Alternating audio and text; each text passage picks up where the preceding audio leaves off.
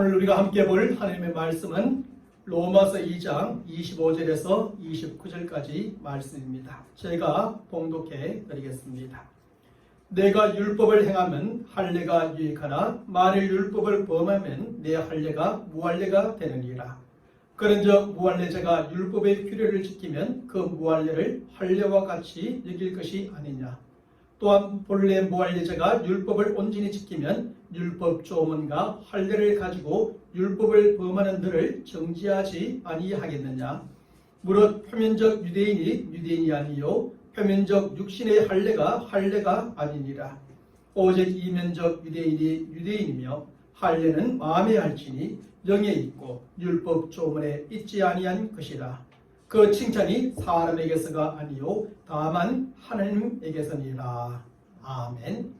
오늘 본문의 말씀을 가지고 거짓된 신앙체계의 산물 율법주의에 대하여 함께 생각해 보고자 합니다. 우리는 지난 주일에 거짓된 신앙체계의 뿌리에 대하여 먼저 생각해 보았습니다. 거짓된 신앙체계의 뿌리는 바로 조금만 더 구복적인 신앙과 사람 중심의 인본주의적 신앙입니다. 신앙의 본질은 넓고 의식만 있는 거짓된 신앙체계가 바로 구복주의적 신앙과 인본주의적 신앙에서 나온 것입니다. 우리가 지난주일에 거짓된 신앙체계의 뿌리에 대하여 함께 생각해 보았다면 오늘은 거짓된 신앙체계의 산물에 대하여 생각해 보고자 합니다. 그리고 근본적으로 먼저 말씀을 드리면 거짓된 신앙체계의 산물은 바로 율법주의라고 하는 것입니다. 왜냐하면 바른 신앙이 없어도 바른 신앙생활이 가능하다는 거짓된 신앙체계에서 이러한 율법주의가 나왔기 때문입니다. 또한 우리가 율법주의에 대하여 생각해 보고자 할 때 먼저는 율법에 대하여 생각해 보아야 하지요. 왜냐하면 율법주의가 율법에 뿌리를 두고 있고 그 율법에서 율법주의가 나왔기 때문입니다. 특히 율법주의가 거짓된 신앙체계의 산물이라 하였을 때 그것은 좋은 것이 아니라 나쁜 것임에 틀림이 없습니다. 왜냐하면 일반적으로 좋은 것에서 나쁜 것이 나올 수 없고 나쁜 것에서 좋은 것이 나올 수 없기 때문이지요. 사실 거짓된 신앙체계의 산물로서의 율법주의는 아주 나쁜 것이요 대단히 잘못된 것입니다. 이런 사실은 예수님께서 율법주의에 빠졌던 유대인들에게 몹시 화를 내시며 말씀하셨던 그런 말씀을 통해서 충분히 확인을 할 수가 있습니다. 예수님께서는 마태복음 15장 7절의 말씀에서 저들에게 외식하는 자들아고 말씀하셨습니다. 마태복음 23장 27절의 말씀에서는 화 있을진저 외식하는 서기관들과 바리새인들이여 회칠한 무덤 같으니 겉으로는 아름답게 보이나 그 안에는 죽은 사람의 뼈와 모든 더러운 것이 가득하도다 라고 지적해 주셨습니다. 그리고 마태복음 23장 33절의 말씀에서는 뱀들아 독사의 새끼들아 라고 말씀하시며 저들을 책망하셨죠. 예수님께서 율법주의를 이렇게 신랄하게 비판하시며 책망하실 정도로 그것은 아주 나쁜 것이요 대단히 잘못된 것임을 확인할 수가 있는 것입니다. 사랑하는 여러분, 율법주의가 이렇게 나쁜 것이요 잘못된 것이라면 그것의 뿌리가 되는 율법도 아주 나쁜 것이요 대단히 잘못된 것인가 라는 질문을 하게 됩니다. 사실 나쁘고 잘못된 율법주의가 바로 율법에서 나온 것이니 율법도 나쁜 것이고 잘못된 것이라 생각하기가 쉬운 것입니다. 하지만 율법주의가 비록 율법에서 나온 것이지만 율법과 율법주의는 근본적으로 다른 것입니다.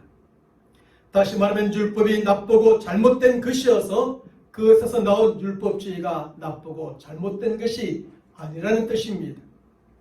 율법주의는 유대인들이 율법을 잘못 해석하고 잘못 적용함으로 나오게 된 것입니다. 그러므로 율법이 나쁘고 잘못되어서 율법주의가 나온 것이 아니라 그것을 해석하고 적용하는 유대인들이 잘못 해석하고 잘못 적용하여 나와서 나쁘고 잘못된 것이 되어진 것입니다. 그러면 율법은 무엇이고 율법주의는 무엇일까요? 먼저 율법은 작게는 출애굽한두 모세가 시내산에서 하나님께 받은 십계명을 두고 율법이라 말합니다. 좀 더 크게는 모세에 의해서 기록되어진 모세오경, 창세기, 출애굽기, 레위기, 민수기, 신명기를 가리켜 율법이라 말하지요. 그리고 가장 크게는 구약성경 39권 전체를 가리켜 율법이라 말하기도 하는 것입니다. 그러므로 십계명과 모세오경과 구약성경 전체가 하나님께서 주신 하나님의 말씀으로서 그것이 나쁘거나 잘못된 것이 아닌 것처럼 율법은 그 자체로 결코 나쁘거나 잘못된 것은 아닙니다. 사도 바울은 로마서 7장 7절 중반부의 말씀에서 율법이 죄냐? 그럴 수 없느니라고 질문하며 답을 해주고 있습니다. 또한 로마서 7장 12절의 말씀에서는 이로 보건대 율법도 거룩하며 계명도 거룩하며 의로우며 선하도다라고 가르쳐줍니다. 바울은 율법의 역할과 관련하여 하나님이 주신 율법은 죄된 것이 아니라고 선언해주고 있습니다. 바울은 율법도 오히려 거룩한 것이요 의로운 것이며 선한 것이라고 가르쳐주고 있습니다. 그러므로 율법은 나쁜 것, 죄된 것이 아니라 하나님께로부터 나온 것으로서 거룩한 것이요 의로운 것이며 선한 것이라 할 수가 있습니다. 하나님의 말씀이니 말입니다. 그러면 하나님께서 모세를 통해 이러한 율법을 주신 목적이 무엇일까요? 우리가 이것을 먼저 잘 알아야 거짓된 신앙체계인 율법주의에 빠지지 않게 되고 바른 신앙생활을 할 수 있게 되는 것입니다. 첫째로 율법은 사람들의 죄를 드러내기 위한 것입니다. 바울은 로마서 7장 7절의 말씀에서 이렇게 기록해주고 있습니다. 우리 함께 읽어보겠습니다. 그런즉 우리가 무슨 말하리요? 율법이 죄냐? 그럴 수 없느니라. 율법으로 말미암아 많지 않고는 내가 죄를 알지 못하였으니 곧 율법이 탐내지 말라 하지 아니하였다면 내가 탐심을 알지 못하였으리라. 여기서 바울은 율법은 죄가 아니고 사람들로 죄가 무엇인가를 알게 하고 죄인임을 드러내는 역할을 한다고 가르쳐줍니다. 결국 율법이란 마치 우리 영혼과 삶을 비춰주는 거울과 같은 것이라는 말씀이지요. 사실 얼굴에 아무리 더러운 오물이 묻어있을지라도 거울을 보지 않으면 그 오물이 있음을 알 수가 없습니다. 마찬가지로 사람에게 율법이 없으면 자신의 죄가 무엇인지를 도무지 알 수가 없습니다. 율법이 있기 때문에 사람이 율법이라는 거울을 통해 자신의 죄를 알게 되고 그 죄를 볼 수 있게 되는 것입니다. 오늘날 사회에 여러 가지 법이 있는데 그 법이 없으면 우리가 어떤 법에 의해서 어떤 죄를 지었다는 것을 알 수가 없지요. 그러나 법이 있기 때문에 우리가 이 법에 저촉되어질 때 내가 이런 죄를 지었고 이런 죄인이구나 하는 것을 알게 되는 것과 같은 것입니다. 사랑하는 여러분, 이것은 마치 햇볕이 들어오기 전의 방안과 햇볕이 들어온 후의 방안과도 같은 것입니다.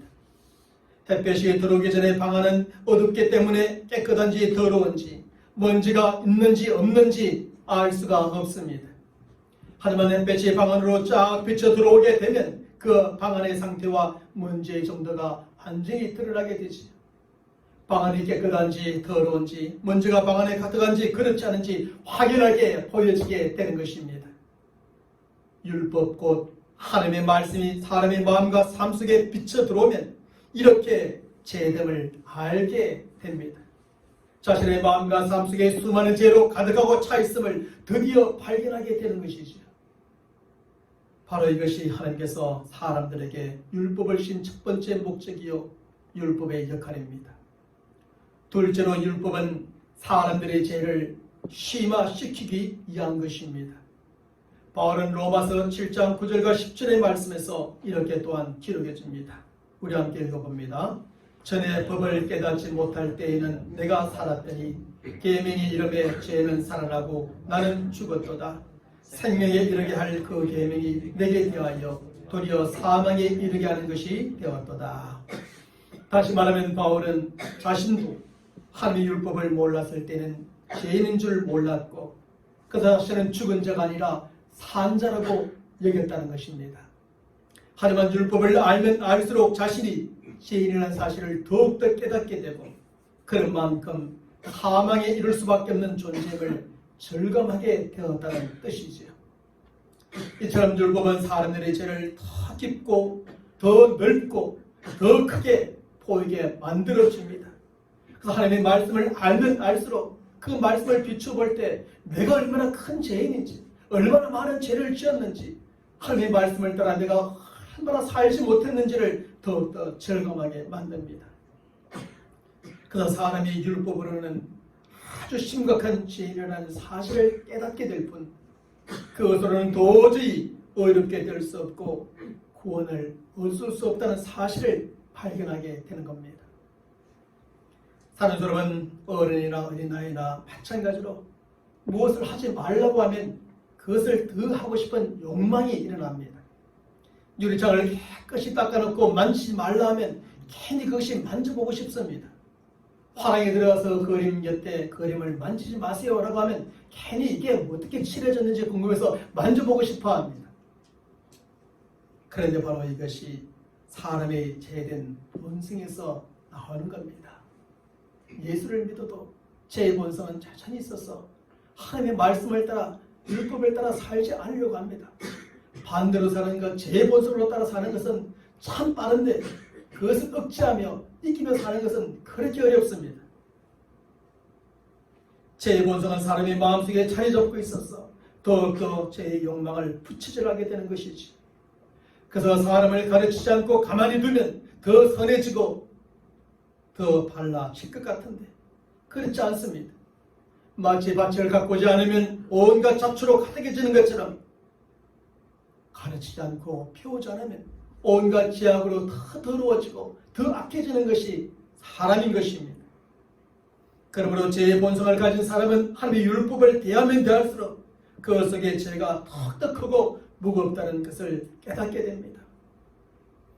이처럼 율법은 사람을 의롭게 하고 구원을 얻게 하는 것이 아니라 저들의 죄를 더 크게 무겁게 심화시키는 역할을 합니다.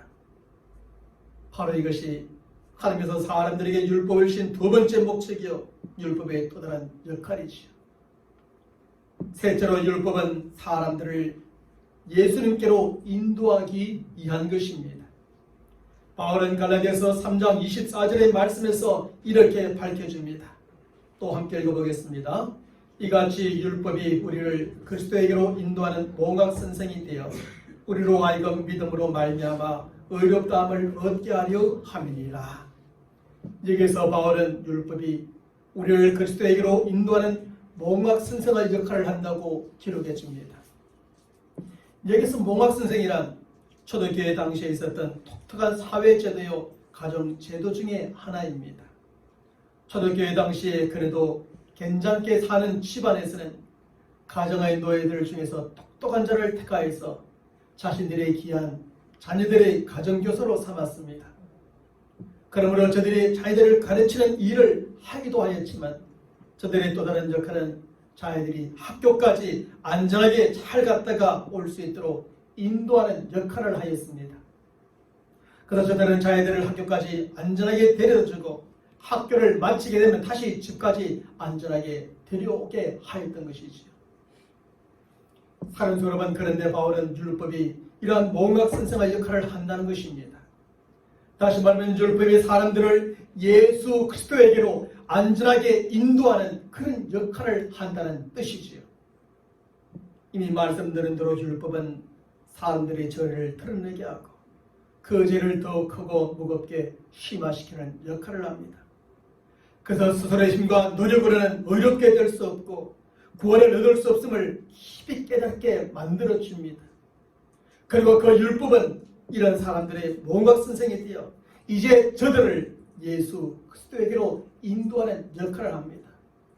내 힘과 노력으로는 결코 의롭게 될 수 없고 구원을 얻을 수 없는 존재인데 내가 유일하게 의롭게 되고 구원을 얻을 수 있는 길은 예수 그리스도라는 사실을 이 율법이 하나님의 말씀이 죄를 깊이 깨달으면 깨달을수록 그 사람으로 하여금 그에게로 인도하게 하는 것입니다. 예수 그리스도가 필요함을 깨닫게 해주고 예수 그리스도를 믿음으로 의롭게 되고 구원을 얻을 수 있도록 그 예수 그리스도에게로 인도하는 역할을 하는 것이죠. 바로 이것이 하나님께서 사람들에게 율법을 주신 세 번째 목적이요 또한 율법의 역할입니다. 마지막 네 번째로 율법은 성도들에게 삶의 규범을 제시하기 위한 것입니다. 하나님께서 이스라엘 백성들을 애굽 땅에서 구원해 주셨을 때 그 전에 저들에게 먼저 율법을 주셨던 것은 아니었습니다. 하나님께서는 은혜로 저들을 애굽 땅에서 먼저 구원해 주시고 난 다음에 시내산에서 모세를 통해 율법을 주셨던 것이지요. 그러므로 하나님께서는 이스라엘들에게 의롭게 됨과 구원을 위한 목적으로 먼저 율법을 주신 것이 아니었습니다. 그리고 저들은 먼저 받은 율법을 잘 지켰기 때문에 그 대가로 의롭게 되고 구원을 받았던 것은 더욱더 아니었던 것이죠. 이스라엘들은 하나님의 은혜로 애굽 땅에서 먼저 구원을 얻게 되었고 하나님께서는 구원을 얻은 저들이 살아가야 할 신앙과 삶의 규범으로 율법을 주셨던 겁니다. 너희들이 구원을 받았다면 구원받은 자로서 이런 삶을 살아가는 지침으로 율법이요 말씀을 주신 겁니다. 이미 예수를 믿고 구원받아 하나님 나라의 백성이 된 자들에게는 이제 이 말씀을 통해서 바른 신앙 생활을 하고 바른 삶을 살아가는 뜻에서 이 율법 하나님의 말씀을 주신 것입니다. 그러므로 의롭게 되어야 하고 구원을 얻어야 할 사람들에게만 율법이 필요한 것이 아니지요. 하나님의 은혜로 이미 의롭게 되고 구원을 받은 모든 성도들이 율법이 필요하고 율법을 따라 살아야 합니다. 전자의 경우에는 자신의 죄됨을 알고 예수가 필요함을 깨달음으로 그에게 나오는 방편으로서의 율법이 필요합니다. 그리고 후자의 경우에는 이미 의롭게 되고 구원을 받은 성도들의 신앙과 삶의 규범으로서 이 율법 하나님의 말씀이 여전히 필요합니다. 그러므로 예수를 믿음으로 이미 의롭게 되고 구원을 얻은 성도들은 율법을 신앙생활과 삶의 규범으로 삼아야 합니다. 바로 이것이 하나님께서 사람들에게 율법을 주신 마지막 네 번째 목적이요 마지막 율법의 역할입니다. 율법은 하나님께로부터 온 것으로서 예수를 믿지 않는 세상 사람들뿐 아니라 예수를 믿는 성도들에게도 반드시 필요한 것입니다. 믿지 않는 사람들에게는 너희가 죄인이라는 사실, 그 깊은 죄로 말미암아 스스로 또 스스로의 노력으로 의로움과 구원에 이룰 수 없다는 사실, 예수가 필요하고 그분을 만나야 하고 믿어야 한다는 사실을 가르치기 위한 방편으로 필요합니다.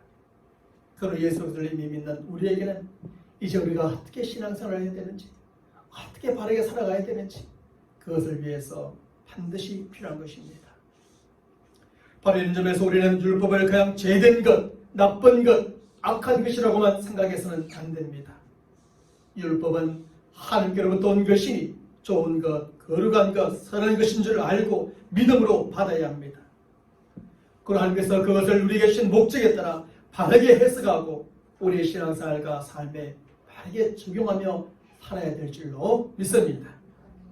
그렇다면 율법과는 달리 율법주의는 어떻습니까? 사실 율법주의가 율법의 그 뿌리를 두고 있는 것이지만 율법과는 완전히 다른 것입니다. 율법이 하나님께로부터 나온 것이라면 율법주의는 마귀와 사람들로부터 나온 것입니다.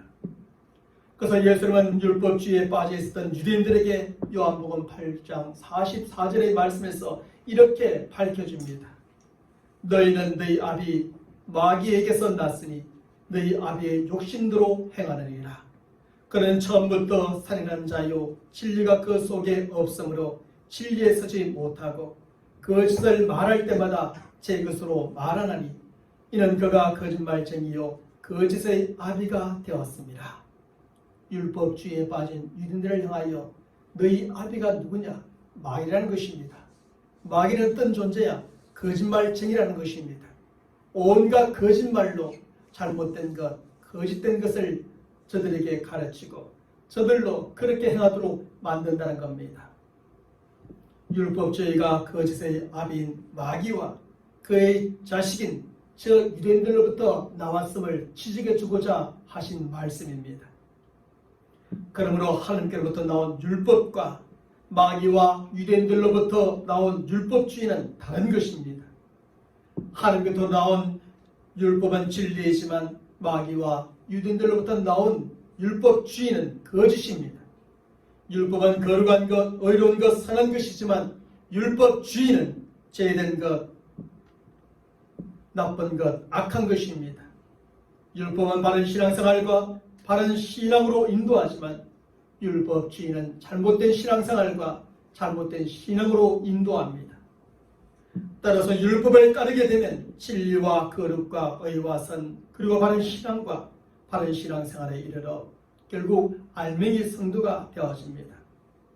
하지만 율법주의를 따르면 거짓과 죄와 불의와 악 그리고 잘못된 신앙과 신앙생활에 이르러 결국 쭉정이 성도가 되고 마는 것이죠. 사랑하는 여러분, 그러면 율법주의가 어떻게 특별히 유대인들로부터 나오게 되었을까요? 그 당시 유대인들은 거짓된 신앙 체계에 빠져 있었습니다. 참된 바른 신앙이 없어도 신앙생활이 가능하다고 하는 거짓된 신앙 체계 말입니다. 그리고 저들은 그 신앙 체계에 따라 율법을 잘못 해석하고 적용함으로 그 율법주의가 나오게 된 것입니다. 유대인들은 하나님께서 저들에게 율법을 신 목적에 맞게 바르게 해석하고 적용하였던 것이 아니었습니다. 저들은 바른 신앙이 없어도 바른 신앙생활이 가능하다는 거짓된 신앙 체계에 따라 하나님의 저들에게 주신 율법을 주신 목적과는 전혀 다르게 해석하고 적용하기 시작하였던 것이지요.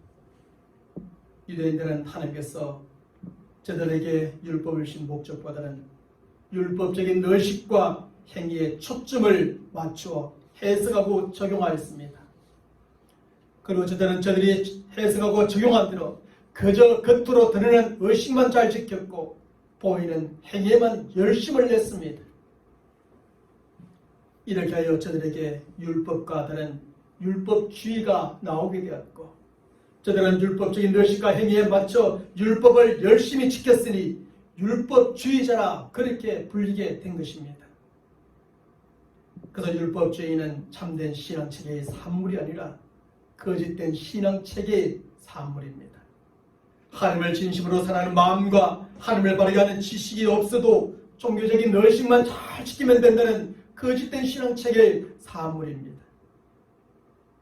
그러므로 율법주의자는 하나님께서 저들에게 율법을 주신 목적보다는 율법적인 의식과 행위들을 중요하게 일으키고 그 의식과 행위에 초점을 맞춘 종교생활을 할 뿐입니다. 좀 더 나아가서 저들은 모든 율법적인 의식과 행위를 통해서 자기 자신의 의 그리고 자기 자신을 드러내는 도구로 그것을 사용하게 됩니다. 예배와 찬송, 기도와 헌금, 봉사와 같은 모든 신앙적인 의식과 그것에 참여하는 모든 행위도 자신을 드러내는 도구로 사용할 뿐입니다. 그래서 예수님 시대의 유대인들이 사람에게 영광을 받기 위해 나팔을 불며 구제했던 것이죠. 목적이 어디에 있습니까? 영광을 받기 위해서 구제를 했던 겁니다. 또한 사람에게 보이기 위해서 해당과 큰 거리에 서서 기도하고 얼굴을 흉하게 하고 금식하였던 것처럼 말입니다.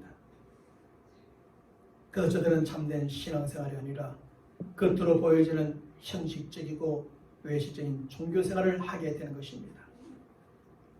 사랑하는 성도 여러분, 율법주의자들이 이렇게 율법적인 의식과 행위에 초점을 맞춘 종교생활을 하면 할수록 율법주의에 점점 깊이 빠져들어갑니다. 저들의 율법을 자신을 드러내는 도구로 사용하면 할수록 하나님의 저들에게 율법을 주신 목적에 점점 멀어지게 됩니다. 믿지 않는 사람들에게 저들의 죄를 드러내고 그 죄를 심화시키며 저들을 예수의로 인도하는 목적에서 점점 멀어지게 되죠. 믿는 성도들에게는 저들이 바른 신앙생활과 바른 삶의 규범이 되는 목적에서 점점 멀어지게 만들어 버립니다. 그래서 율법주의에 깊이 빠진 사람들은 저들의 죄를 알지 못하고 그 죄가 얼마나 심각한 죄를 깨닫지 못하여 오히려 예수께로 나오지 않고 예수들을 반대합니다. 그것이 율법주의에 빠진 유대인들의 모습 아닙니까? 율법을 가지고 있으면서도 자신들은 의롭다 말합니다. 자신은 아브라함의 자손이라 말합니다. 하나님의 백성이라 말합니다. 구원받았다 말합니다. 근데 예수는 필요 없다 말합니다. 또한 본질이 없는 형식과 외식의 잘못된 신앙생활과 잘못된 삶으로 쭉정이 성도가 되고 결국 실패과 멸망에 이르게 됩니다. 예수님께서 끊임없이 저 율법주의에 빠진 주인들에게 경고하는 게 뭡니까? 너희들 그렇게 하던 쭉정이 성도가 된다. 그런 멸망을 받게 된다. 너희가 화가 닥친다. 끊임없이 경고하지 않습니까? 오늘 우리가 함께 읽은 본문의 말씀에서 우리는 율법주의에 깊이 빠진 유대인들이 보여주는 한 가지 사례를 발견하게 됩니다. 그 사례는 저들이 할례의 율법을 율법주의적으로 잘못 해석하고 저들의 신앙생활과 삶에 잘못 적용하였던 사례입니다. 사실 육체에 행하는 할례는 아브라함으로부터 시작하여졌고 그 당시 유대인들만이 행하였던 참으로 독특한 의식이었습니다. 그래서 할례를 행한다는 것은 하나님의 택한 백성인 유대인들과 그렇지 않은 이방인들 사이에 구분하는 하나의 표시가 되었습니다. 할례를 행하였습니까? 유대인 하나님 나라의 백성입니다. 할례를 행하지 않았습니까? 이방인 하나님 나라의 백성이 아닙니다. 이렇게 표시가 되어졌습니다. 그런데 유대인들은 그 할례를 율법적인 의식과 행위에 초점을 맞춰 해석하고 적용하게 되지요. 다시 말하면 저들은 할례의 의식에 따라 할례를 받은 것을 의롭게 되고 구원을 얻은 방편으로 해석하고 적용하였습니다. 그러므로 할례를 받은 유대인들은 그 자체만으로 의롭게 되었고 이미 구원을 받았다고 믿었던 것입니다. 하지만 할례를 받지 않은 이방인들은 죄인이요 구원을 얻어야 할 사람들로 취급하며 아주 멸시해버렸습니다. 하지만 할례는 사람을 의롭게 하고 구원을 얻게 하는 방편으로 주어진 것이 아니었던 겁니다. 이런 사실은 하나님께서 아브라함에게 할례를 행하라고 말씀하신 시점을 살펴보면 확실히 구분되어집니다. 사실 하나님께서 아브라함에게 할례를 행하라고 말씀하신 최초 시점은 그가 의롭게 되기 전이 아니었습니다. 하나님께서는 믿음으로 의롭게 된 아브라함과 언약을 맺으신 후에 그 언약을 표로서 할례를 행하라고 말씀하셨던 것이지요. 결국 할례는 의롭게 됨과 구원의 방편이 아니라 예수님을 믿음으로 이미 의롭게 되고 구원을 얻은 성도들에게 주어지는 의로움과 구원의 외적인 표시였던 겁니다. 그래서 바울은 오늘 본문 28절과 29절의 말씀에서 할례에 대하여 이렇게 가르쳐주고 있습니다. 무릇 표면적 유대인이 아니요 표면적 육신의 할례가 아니라 오직 이면적 유대인이 유대인이며 할례는 마음에 할지니 영에 있고 율법 조문에 있지 아니한 것이라. 여기서 바울은 육체에 행하는 할례를 표면적 육신의 할례라고 정의해주고 마음에 행하는 할례를 내면적인 마음의 할례라고 정의해주고 있습니다. 육체에 행하는 할례는 율법의 의식에 따라 행하는 할례요. 마음에 행하는 할례는 성령에 의해 행하는 영적인 할례라고 가르쳐줍니다.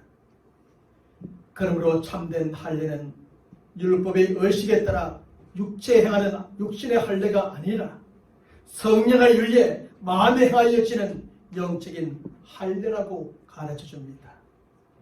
그리고 예수를 진실로 믿는 자들에게는 성령이 임하시고 성령의 임하심으로 영적 성령세를 받은 자로서 영적인 할례를 받은 것입니다.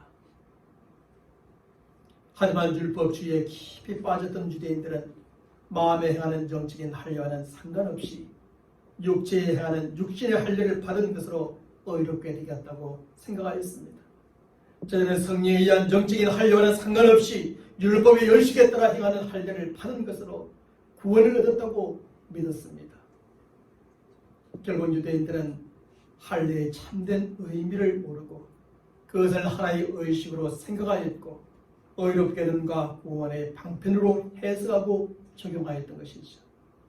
그러자 저는 그 의식에 따라 할례를 받음으로 의롭게 되었고 구원을 얻었다고 믿었던 겁니다. 하지만 우리가 율법에 기록되어져 있는 그 어떤 의식으로도 결코 우리를 의롭게 하거나 구원을 얻지 못하게 합니다. 할례뿐 아니라 안식일과 성회와 대회를 열심히 지킨다고 의롭게 되고 구원을 얻는 것이 아닙니다. 세례와 성찬과 찬양과 기도와 많은 헌금과 봉사를 한다고 그것이 우리로 하여금 의롭게 하고 구원을 얻게 하지는 못합니다. 이 모든 것은 이미 예수를 믿음으로 의롭게 되고 구원 우리 성도들이 행해야 될 마땅한 신앙의 생활의 부분인 것이죠. 혹시 이렇게 믿고 의식에 참여하는 성도들이 있다면 그는 거짓된 신앙체계의 산물인 율법주의에 빠져있는 성도입니다. 또한 우리가 이렇게 믿고 의식에 참여한다면 그 모든 의식은 결국 율법주의의 도구가 되고 맙니다. 그래서 바울은 갈라디아서 3장 10절의 말씀에서 율법주의에 깊이 빠져있는 성도들에게 이렇게 심각한 경고의 메시지를 전해주고 있습니다. 우리 함께 읽어봅니다. 무릇 율법 행위에 속한 자들은 저주 아래에 있나니 기록된 바 누구든지 율법책에 기록된 대로 온갖 일을 항상 행하지 아니하는 자는 저주 아래에 있는 자라 하였습니다. 여기서 율법 행위에 속한 자들은 바로 율법주의에 깊이 빠져있는 유대 율법주의자들을 가리키는 것입니다. 그리고 할례와 같은 율법의 의식을 행하는 것으로는 결코 의롭게 되거나 구원을 얻을 수 없고 오히려 저주를 받게 된다는 겁니다. 만일 여기에 기록된 대로 온갖 율법의 기록을 항상 행할 수 있으면 율법으로도 이렇게 의롭게 되고 구원을 받을 수 있지만 세상 그 어디에도 율법을 항상 온전히 다 행할 수 있는 사람이 없으니 결국 율법으로는 그 누구도 의롭게 되거나 구원을 받을 수 없다는 바울의 단정적 가르침입니다. 사는 사람은 거짓된 신앙체계의 산물인 율법주의에 따라 신앙생활을 하면 결코 의롭게 되거나 구원을 얻을 수 없습니다.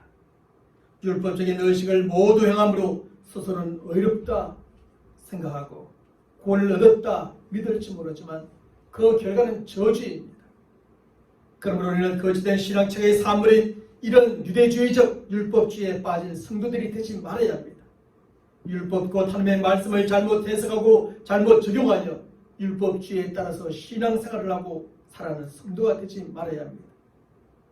율법주의자들처럼 율법을 지킴으로 의롭게 되리라 착각하지 말고 의식을 행함으로 구원을 얻으리라 오해하지 말아야 합니다. 그 결과는 의롭게 됨과 구원 얻음이 아니라 오직 하나님의 저주와 심판과 영원한 멸망이요 후회일 뿐입니다. 우리는 율법을 바르게 해석하고 하나님의 율법을 주신 목적에 맞게 바르게 적용하는 성도들이 되어야 합니다. 율법을 통해 먼저 우리의 죄를 알고 그 죄가 너무나 크고 깊어 우리 힘과 노력으로는 그 죄의 문제를 해결할 수 없음을 깨달아야 합니다. 율법을 통해 그 죄의 문제를 해결하기 위해서는 예수도가 필요하고 예수도를 만나야 함을 절감하고 그에게로 나가야 하는 것이죠. 그리고 예수를 믿음으로 제사함을 받고 의롭게 되는가 구원에 이르는 성도들이 되어야 하는 것입니다. 좀 더 나가서 예수를 믿음으로 이미 의롭게 되고 구원을 얻은 우리 성도들은 이 율법을 우리의 신앙생활과 삶의 기본으로 삼고 바른 신앙생활과 바른 삶을 살아가는 성도들이 되어야 합니다. 바른 신앙생활이 무엇이고 성도로서의 바른 삶이 무엇인지는 이 하나님의 말씀에 다 기록되어져 있기 때문이죠. 이렇게 할 때 우리 모두는 율법의 저주 아래에 있는 것이 아니라 하나님의 은혜 안에서 살아가는 하나님의 택한 백성이 될 줄로 믿습니다. 기도하겠습니다.